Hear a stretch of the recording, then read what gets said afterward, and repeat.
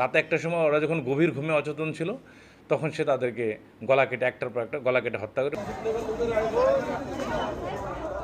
ময়মনসিংহের ভালুকায় ভাড়া বাসায় গৃহবধূ ময়না আক্তার ও তার 2 শিশু সন্তানের লাশ উদ্ধারের পর থেকেই নিরুদ্দেশ ছিলেন দেবর নজরুল। স্থানীয় বাজারে নিজের ব্যবহৃত মোবাইল ফোনটি বিক্রি করে পালিয়ে যান তিনি। চাঞ্চল্যকর নৃশংস এই হত্যাকাণ্ডের পর থেকে অভিযুক্ত নজরুলকে হন্যে হয়ে খুঁজতে থাকে আইনশৃঙ্খলা বাহিনী। পথচারের ফোন থেকে খালাতো ভাইয়ের মোবাইলে কথা বলার সূত্র ধরে অভিযান চালিয়ে ঘটনার একদিন পর মঙ্গলবার বিকেলে গাজীপুরের জয়দেবপুর স্টেশন থেকে নজরুলকে গ্রেফতার করে ভালুকা মডেল থানা পুলিশ।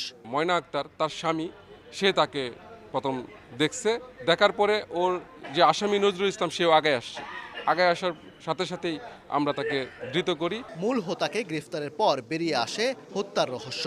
বুধবার জেলা পুলিশ সুপারের কার্যালয়ের সম্মেলন কক্ষে সংবাদ সম্মেলন করে পুলিশ জানায়, চাহিদা মতো খাবার না দেয়া, অবহেলা ও মারধর করার আক্রোশ থেকে ভাবি ও ভাতিজা ভাতিজির প্রাণ নেন নজরুল। রাতে একটার সময় ওরা যখন গভীর ঘুমে অচেতন ছিল, তখন সে তাদেরকে গলা কেটে একটার পর একটা গলা